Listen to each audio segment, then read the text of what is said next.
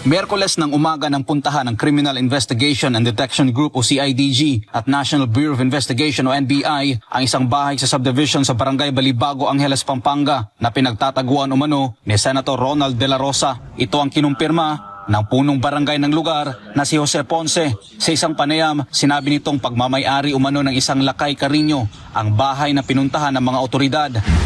Punta doon at pagdating doon ng before 6, pinasukan na agad yung bahay ni Mr. Lakay Carino na may tao na nangungupa at inabutan nila doon si Ma'am Maribel, yung partner ni Sir Lakay Carino, at inopen naman yung buong bahay na compound. Dalawang alam ko yun. So nag-search sila doon. Base sa impormasyon ng mga otoridad, bahay umano ng tiyuhin ni Senator Robin Padilla ang sinalakay ng CIDG at NBI, ngunit wala roon ang kanilang hinahanap. Wala naman nakita, pati yung sasakyan na hinahanap na dinadrive ni Sir Lakay Carino, wala din po yung hinahanap na sasakyan. Ngunit nang tanungin kung may kaukulang dokumento ang CIDG at NBI, sinabi ni Ponce na wala umanong ipinakitang search warrant ang mga otoridad. Ayon sa aking barangay kagawad na si Ednel Bata, na siya yung committee ng peace and order namin dito sa Balibago, wala siyang nakitang documents or any search warrant na pinakita sa kanya. Hindi naman po siya nagtanong dahil nandun yung mga kaibigan nating mga CIDG na identified naman. So, dire-diretso lang po yung pang-search nila. Pero when it comes to documents na usually may pinapakita sa amin, wala akong pinakita sa kagawad at walang nireport ang aking kagawad na documents o papel such as search warrant. Sa ngayon, mainit pa rin pinag-uusapan sa Senado ang isinusulong ng mayorya na pag-amyenda sa umiiral ng mga panuntunan upang payagan ang mga senador na makadalo sa sesyon at makaboto sa pamamagitan ng online platform. Miyerkules ng umaga ng puntahan ng Criminal Investigation and Detection Group o CIDG at National Bureau of Investigation o NBI ang isang bahay sa subdivision sa Barangay Balibago, Angeles, Pampanga na pinagtataguan umano ni Senator Ronald De La Rosa. Ito ang kinumpirma ng punong barangay ng lugar na si Jose Ponce. Sa isang panayam, sinabi nitong pagmamay-ari umano ng isang Lakay Carino ang bahay na pinuntahan ng mga otoridad. Punta doon at pagdating doon ng before 6, pinasukan na agad yung bahay ni Mr. Lakay Carino na may tao na nangungupa at inabutan nila doon si Ma'am Maribel, yung partner ni Sir Lakay Carino, at inopen naman yung buong bahay na compound. Dalawang alam ko yun. So nag-search sila doon. Base sa impormasyon ng mga otoridad, bahay umano ng tiyuhin ni Senator Robin Padilla ang sinalakay ng CIDG at NBI, ngunit wala roon ang kanilang hinahanap. Wala naman nakita, pati yung sasakyan na hinahanap na dinadrive ni Sir Lakay Carino, wala din po yung hinahanap na sasakyan. Ngunit nang tanungin kung may kaukulang dokumento ang CIDG at NBI, sinabi ni Ponce na wala umanong ipinakitang search warrant ang mga otoridad. Ayon sa aking barangay kagawad na si Ednel Bata, na siya yung committee ng peace and order namin dito sa Balibago, wala siyang nakitang documents or any search warrant na pinakita sa kanya.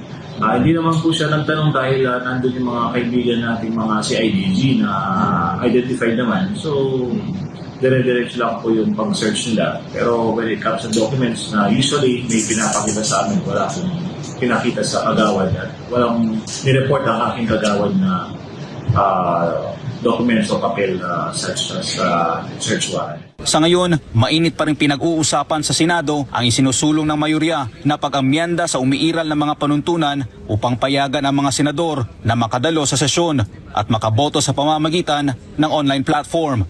Miyerkules ng umaga ng puntahan ng Criminal Investigation and Detection Group o CIDG at National Bureau of Investigation o NBI ang isang bahay sa subdivision sa Barangay Balibago, Angeles, Pampanga na pinagtataguan umano ni Senator Ronald De La Rosa. Ito ang kinumpirma ng punong barangay ng lugar na si Jose Ponce. Sa isang panayam, sinabi nitong pagmamay-ari umano ng isang Lakay Carino ang bahay na pinuntahan ng mga otoridad. Punta doon at pagdating doon ng before 6, pinasukan na agad yung bahay ni Mr. Lakay Carino na may tao na nangungupa at inabutan nila doon si Ma'am Maribel, yung partner ni Sir Lakay Carino, at inopen naman yung buong bahay na compound. Dalawang alam ko yun. So, nag-search sila doon. Base sa impormasyon ng mga otoridad, bahay umano ng tiyuhin ni Senator Robin Padilla ang sinalakay ng CIDG at NBI, ngunit wala roon ang kanilang hinahanap. Wala naman nakita, pati yung sasakyan na hinahanap na dinadrive ni Sir Lakay Carino, wala din po yung hinahanap na sasakyan. Ngunit nang tanungin kung may kaukulang dokumento ang CIDG at NBI, sinabi ni Ponce na wala umanong ipinakitang search warrant ang mga otoridad. Ayon sa aking barangay kagawad na si Eniel Basak, na siya yung committee ng peace and order namin dito sa Balibago, wala siyang nakitang documents or any search warrant na pinakita sa kanya. Hindi naman po siya nagtanong dahil nandun yung mga kaibigan nating mga CIDG na identified naman. So, dire-diretso lang po yung pag-search nila. Pero when it comes to documents na usually may pinapakita sa amin, wala pong pinakita sa kagawad at walang nireport ang aking kagawad na documents o papel such as search warrant. Sa ngayon, mainit pa rin pinag-uusapan sa Senado ang isinusulong ng mayorya na pag-amyenda sa umiiral ng mga panuntunan upang payagan ang mga senador na makadalo sa sesyon at makaboto sa pamamagitan ng online platform.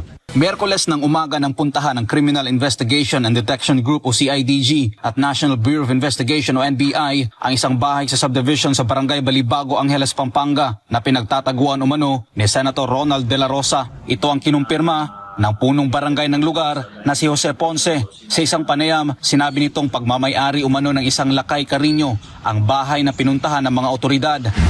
Punta doon at pagdating doon ng before 6, pinasukan na agad yung bahay ni Mr. Lakay Carino na may tao na nangungupa at inabutan nila doon si Ma'am Maribel, yung partner ni Sir Lakay Carino, at inopen naman yung buong bahay na compound. Dalawang alam ko yun. So, nag-search sila doon. Base sa impormasyon ng mga otoridad, bahay umano ng tiyuhin ni Senator Robin Padilla ang sinalakay ng CIDG at NBI, ngunit wala roon ang kanilang hinahanap.